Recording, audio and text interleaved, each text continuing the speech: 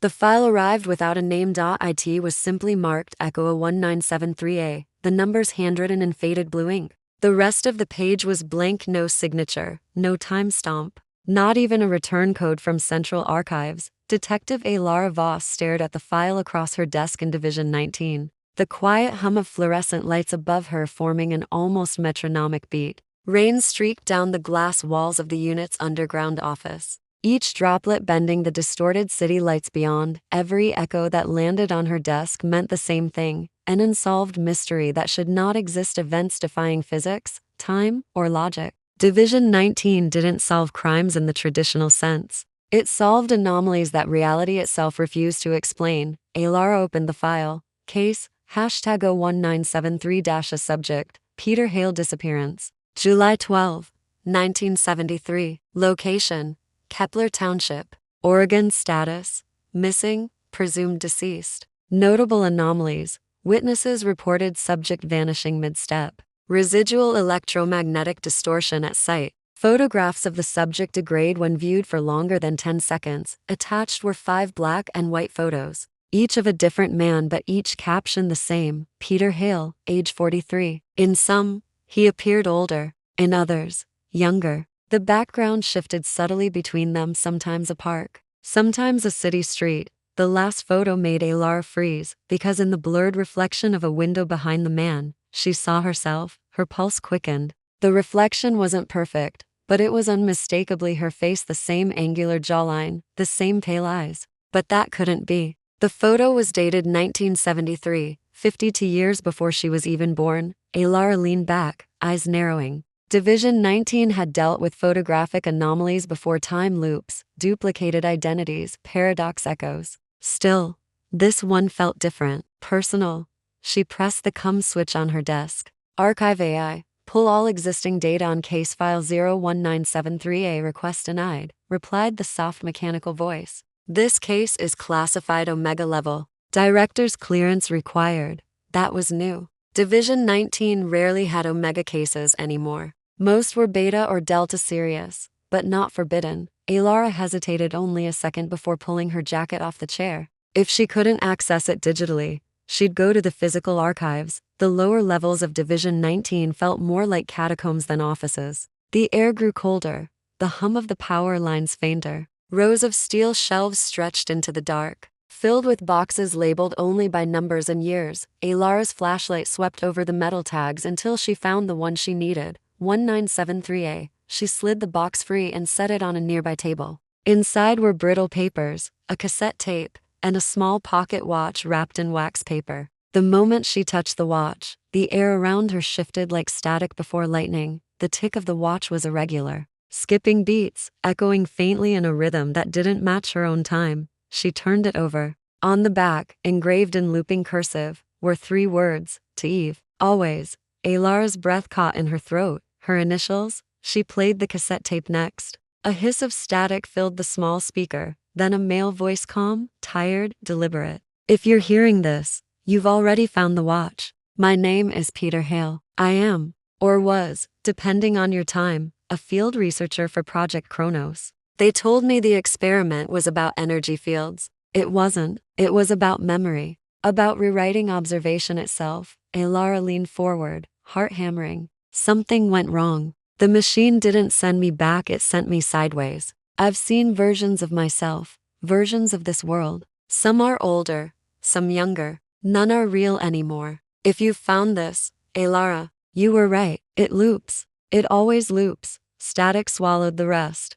Lara froze, the name echoing in her skull. He had said her name, 52 years ago. The next morning the rain had stopped, leaving the city glazed in silver light. Lara hadn't slept. She sat in her office, the pocket watch ticking softly beside her. As she flipped through the case reports, witness statements were scarce. But one stood out.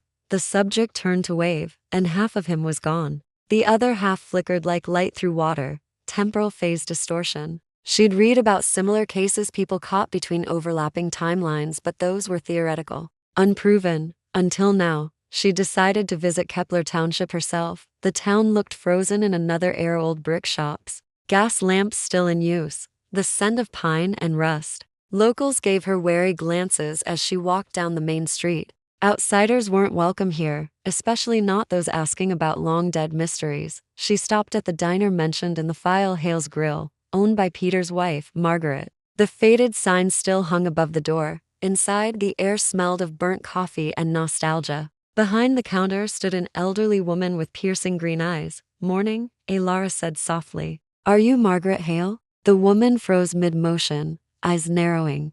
"Who's asking?" "I'm investigating your husband's disappearance." "Peter Hale." The woman's lips thinned. "You're 50 years too late, detective." "I know," Alara said gently, sliding the pocket watch across the counter. "But I think he left this for me." Margaret's hand trembled. She picked up the watch, eyes glazing over. "I buried this with him," she whispered. How do you have it?" "I don't know," Alara admitted. "But I need to know what really happened that night."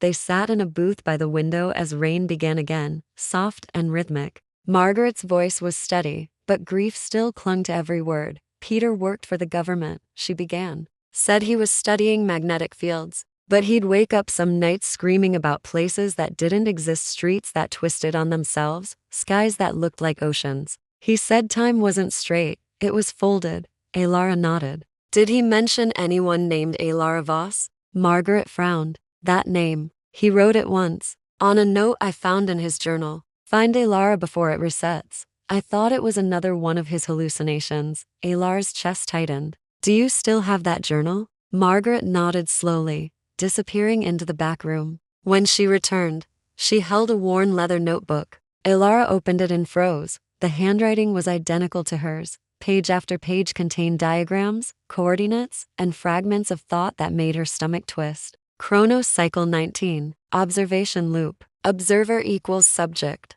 In the margin, written in red ink, were words that made her blood run cold. "If you're reading this, you've already lived this day. Stop before Kepler." The loop feeds on memory. A drop of rain hit the page, and for a brief second, the ink shimmered then rearranged itself, the letters crawling across the page to form new words. "You shouldn't be here, Alara," Margaret gasped, stepping back. The entire room seemed to vibrate, the air bending faintly. Distant thunder rolled even though the sky outside was clear. Alara slammed the journal shut. "Mrs. Hale, we need to leave now." But as she looked up, Margaret was gone. The diner was empty. The world outside had changed. The street was deserted, colors muted as though drained of light. Signs were reversed, words mirrored backward. Even the rain fell in slow motion. Alara stumbled into the street, heart pounding. Her reflection in a nearby window stared back, only it wasn't moving the same way. The reflection smiled and spoke. "You are always the variable," it said. "You're not investigating the loop. You are the loop."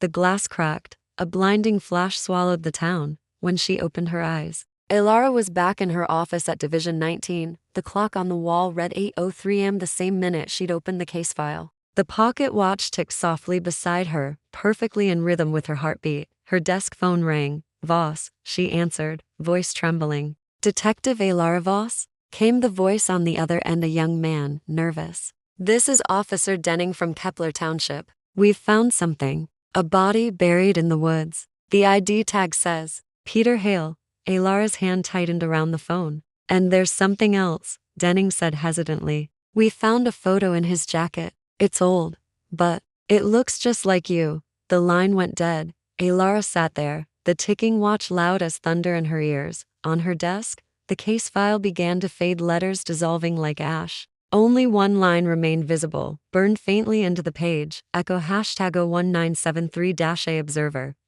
Voss status unresolved. She reached for her pen, but the ink refused to write. Her hands trembled. The reflection on her office window flickered again, this time not quite matching her movements. Her reflection smiled first, then whispered, "See you in the next loop." The lights went out. The ticking was the first thing she heard again, that infernal pocket watch. Slow, steady, mocking, Alara Voss sat motionless at her desk, staring at the reopened case file that she had already read. The clock on the wall still glowed 8:03 am, as if time refused to advance. The rain outside fell in the same exact pattern as before. It wasn't déjà vu, it was repetition. A perfect reset, and yet, a single difference lingered, a faint burn mark on the corner of the case file. It hadn't been there before. She traced it with her finger. The paper felt warm. That was how she knew the loop wasn't just replaying. It was evolving. The door to her office creaked open, and Director Sloan appeared, gray suit, silver eyes, expression carved from steel. He rarely left the upper levels. Lara, he said in that low, controlled tone. I hear you reopened an Omega file without authorization. She closed the file slowly. It landed on my desk. That's authorization enough. His gaze hardened. You know better than that. 19738 isn't to be touched. It's been sealed for 50 years. Then explain this. She slid the watch across the desk. Its rhythmic ticking filled the silence. He left this for me. Peter Hale, the subject of the case. Sloan didn't touch it. That object doesn't exist in our records. Neither did I, Lara said quietly. Until now. Their eyes met, his full of caution, hers full of defiance. Finally, he said, Division 19 wasn't created to solve mysteries. It was built to contain them. Whatever you've started, stop before it consumes you. And with that, he turned and left, his reflection lingering in the glass wall a moment longer than his body. Lara sat still long after he was gone. Contain, not solve. That explained a lot about the files that never closed, the cases that vanished from the archives. She turned back to the box of documents, flipping through them one by one.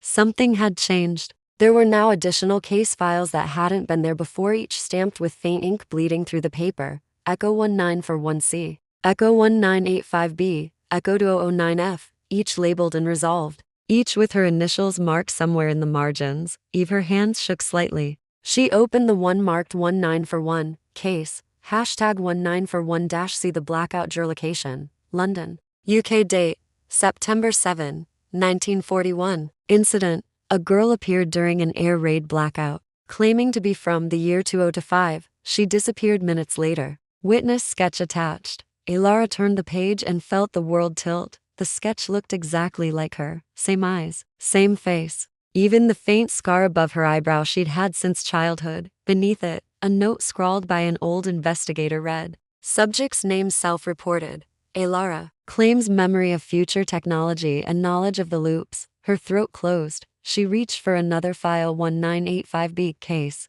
#1985-B, the highway phantom location, Nevada, USA. Incident, multiple motorists report seeing a woman walking on the desert highway, vanishing upon approach. Recovered object, a silver badge engraved with Division 19. She flipped through the photos. There, lying in the dust beside the empty highway, was her own badge, the same serial number, the same name. She dropped the photo, pulse roaring in her ears. Every echo, every unsolved case, contained fragments of her existence, scattered across decades. But how? The lights flickered. The pocket watch began to tick faster, erratic. As if sensing her realization, she reached for her terminal and began searching for any record of her own recruitment into Division 19. There was nothing, no background file, no entry log, no date of employment. It was as if she'd always been there. As if the division had built itself around her. She typed her own name into the internal database.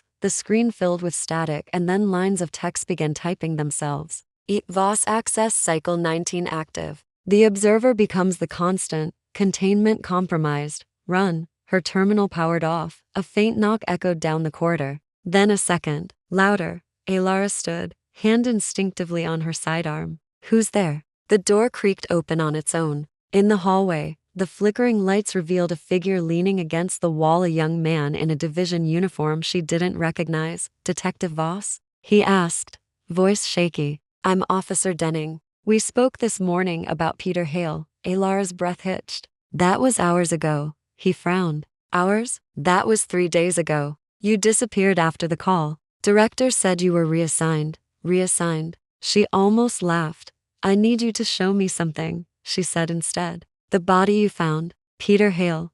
Denning hesitated but nodded. It's in cold storage. But there's something strange about it. They're all strange, she muttered. The morgue was silent except for the hum of refrigeration units. The walls were lined with drawers like filing cabinets for the dead. Denning led her to one marked Hale, P. He slid it open, and the light above flickered. The corpse inside was intact but wrong. His face was half-formed, features shifting faintly like liquid beneath glass. One eye was blue, the other gray. The outline of his jaw flickered between youth and age, as if two versions of him were overlaid imperfectly. Denning swallowed hard. It keeps changing. Every few hours, the fingerprints don't match the last record. Even the DNA shifts. Alara stared. He's unstuck, she whispered. Caught between states. Between timelines. Denning looked confused. You mean like time travel? Not travel, she said softly. Reflection? She noticed something clutched in the corpse's hand.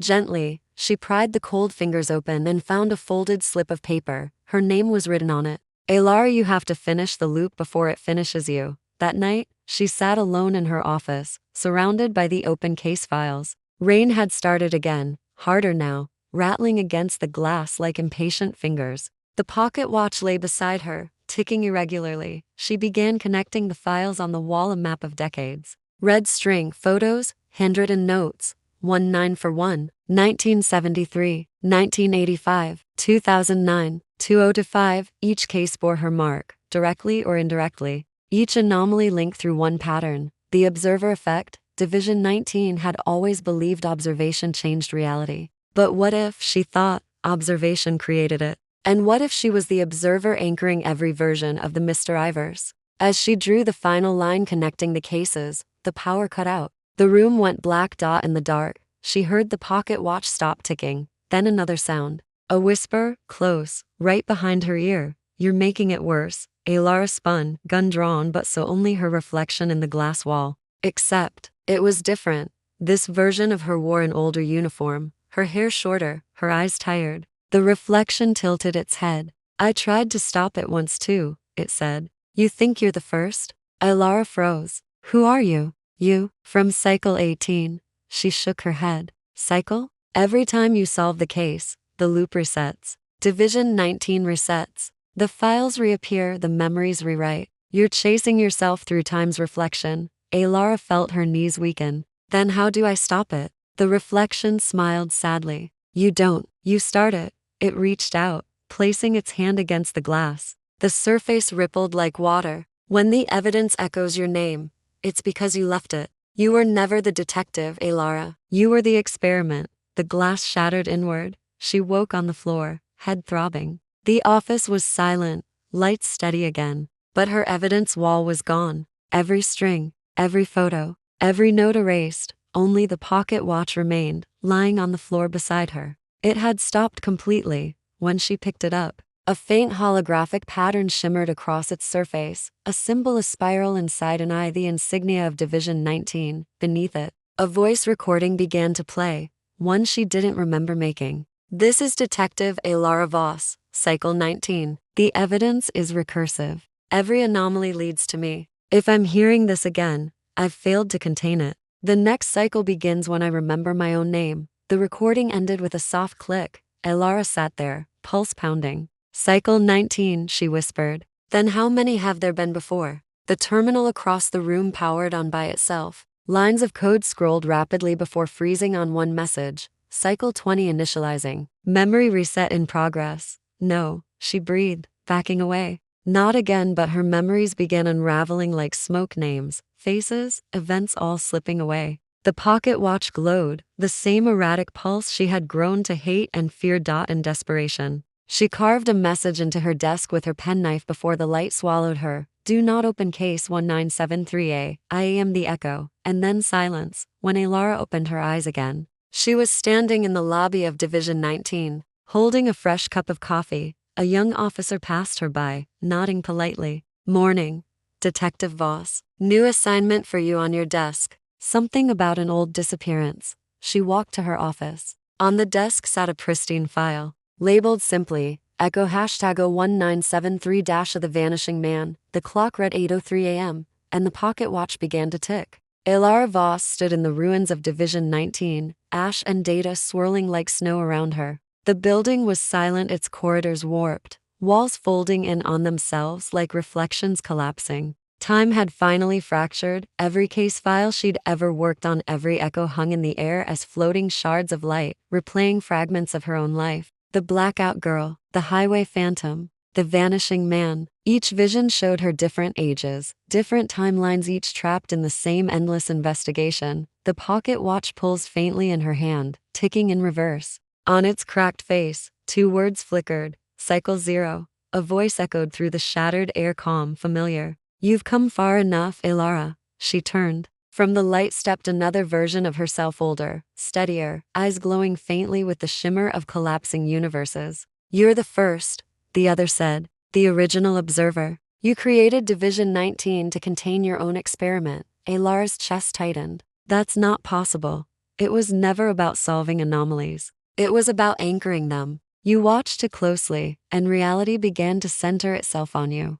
Every observation reshaped the worlds until all timelines pointed back to their source, your consciousness. Elara stared at the swirling fragments around them, thousands of reflections of herself, looping endlessly through time. Then why don't I remember? Because you chose not to. Each reset erased the truth so the loop could stabilize. But now the anchor is decaying. The MysteryVerse is collapsing inward. The older Elara extended her hand. Between them appeared a holographic projection to outcomes branching like veins of light. Option 1.